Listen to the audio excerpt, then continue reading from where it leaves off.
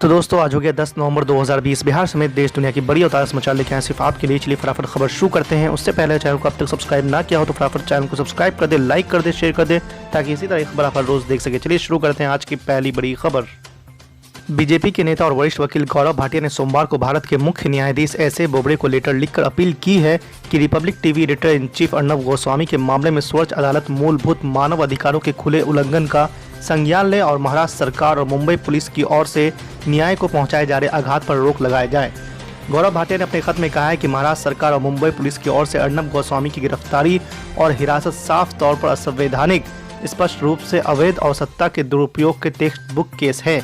भाटिया ने कहा है कि रिपब्लिक मीडिया और इसके एडिटर को अपना काम करने के लिए निशाना बनाया जा रहा है और अपमानित किया जा रहा है। पालघर में साधुओं की हत्या, सुशांत सिंह राजपूत केस और अन्य मामलों में महाराष्ट्र सरकार से कठिन सवाल पूछने की वजह से उन्हें सजा दी जा रही है। बीजेपी नेता ने लेटर में कहा कि रिपब्लिक मीडिया नेटवर्क के मैनेजिंग डायरेक्टर अर्नब गोस्वामी की गिरफ्तारी सीधे तौर पर लोकतंत्र के चौथे स्तंभ मीडिया पर सीधा प्रहार है। आज की दूसरी बड़ी खबर, बीजेपी को बिहार में जीत का है पूरा भरोसा, बनाए जा रहे हैं लड्डू, जश्न की हो रही है तैयारी। जी आपको बता दें कि बिहार विधानसभा चुनाव के नतीजे आने में अब महज कुछ ही घंटे बचे हैं।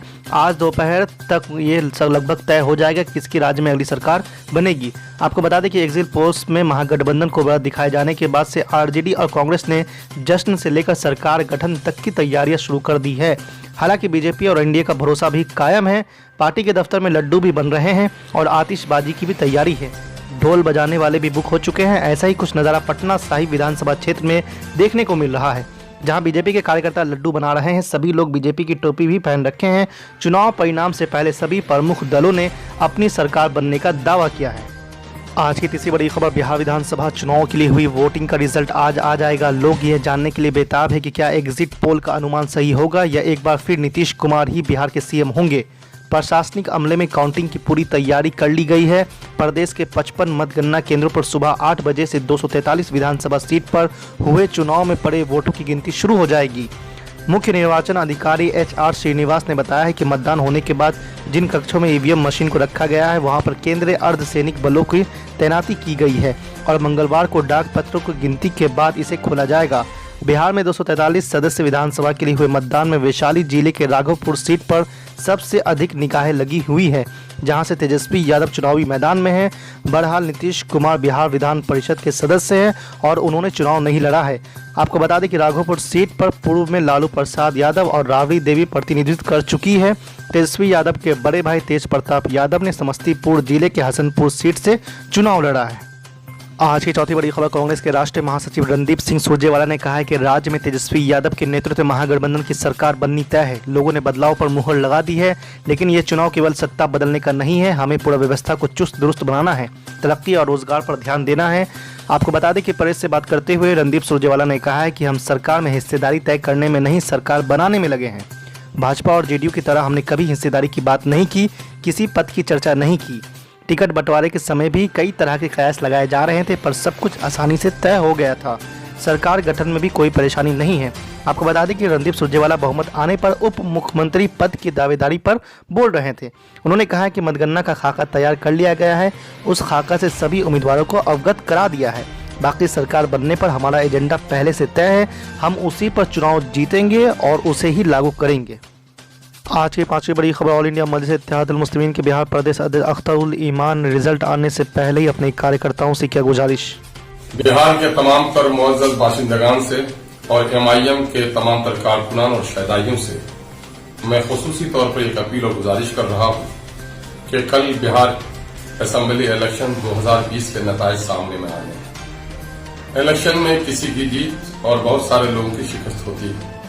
इलेक्शन दरअसल अवामी खिदमत के जज्बे से अवाम की खिदमत के लिए आगे कदम बढ़ाने का नाम है। न जाती कोई हिस्स होनी चाहिए, न जाती मकासद होने चाहिए, न लालच होनी चाहिए, बल्कि जज्बा यह होना चाहिए कि हम इंसानी खिदमत के लिए आगे बढ़े।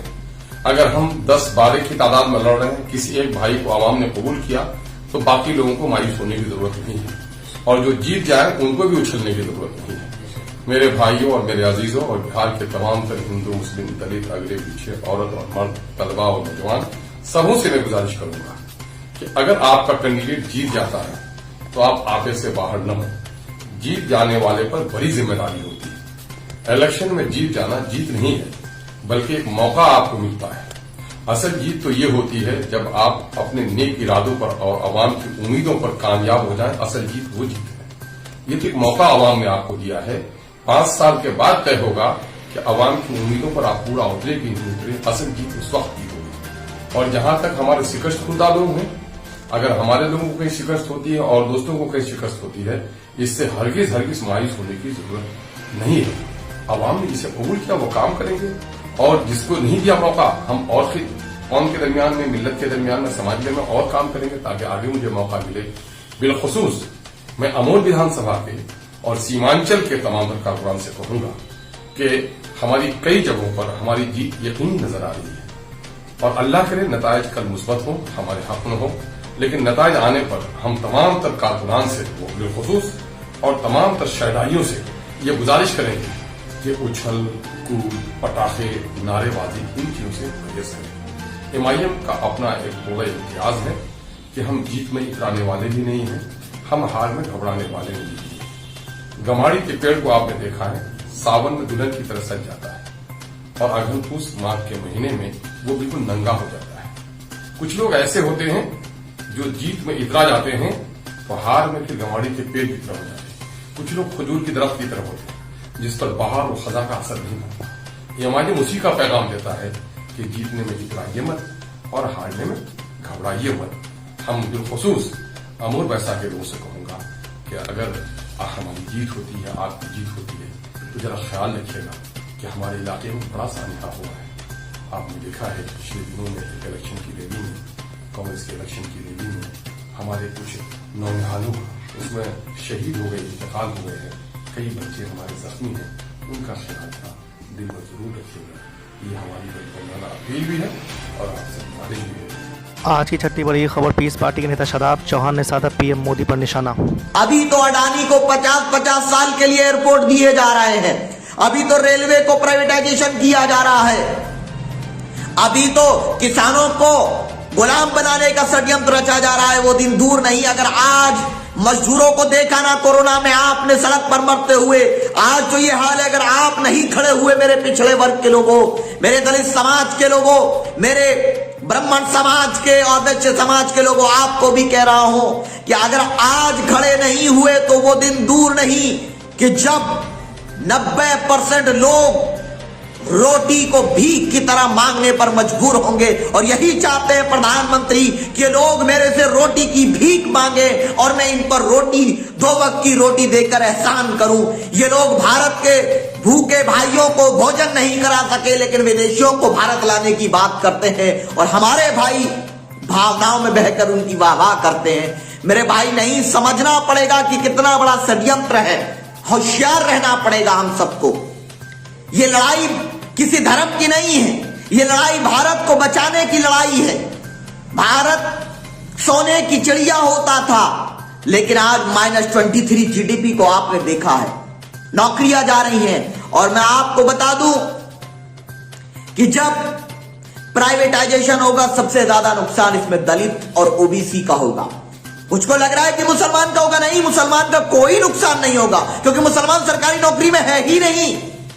लेकिन प्राइवेट, जब सब कुछ प्राइवेटाइजेशन हो जाएगा, सरकारी नौकरियां खत्म हो जाएंगी, तो नुकसान उस दलित को भाई को होगा जो आरक्षण पाकर के नौकरी पाता था, वो आरक्षण नहीं रहेगा। OBC वाले हमारे भाई को होगा जो 27% आरक्षण पाता था, उसको नुकसान होगा, आरक्षण नहीं मिलेगा। तो मेरे दलित भाइयों, OBC वाले भाइयों, और जो 10% कोटा जनरल के लोगों को दिया, उन भाइयों से कह रहा हूं कि अगर आप नहीं खड़े हुए तो भीख मांगने पर मजबूर हो जाओगे। और राजनीतिक शोषण जो हुआ है, उत्तर प्रदेश की मैं बात करूं तो गुज्जर, पाल, प्रजापति, मौर्य, राजभर, निषाद, कुशवाहा समाज का, जाट समाज का जो राजनीतिक शोषण ब्राह्मण समाज का इस सरकार में हुआ है, किसी सरकार में नहीं हुआ था। और आज तक वो राजनीतिक शोषण का शिकार हैं। लेकिन अब खड़े होना होगा गुज्जर भाइयों, आप इनकलाबी कौम हो, खड़े हो जाओ। आप देश की प्रगति के लिए, देश को सुरक्षित रखने के लिए खड़े हो जाओ। हम सब मिलकर के भारत की प्रगति के लिए काम करें और शराब के नशे को देश से खत्म करके हर घर में मिनरल वाटर पहुंचाने का काम करें। क्योंकि जब तक शराब रहेगी, जब तक देश की अंदर बर्बादी रहेगी।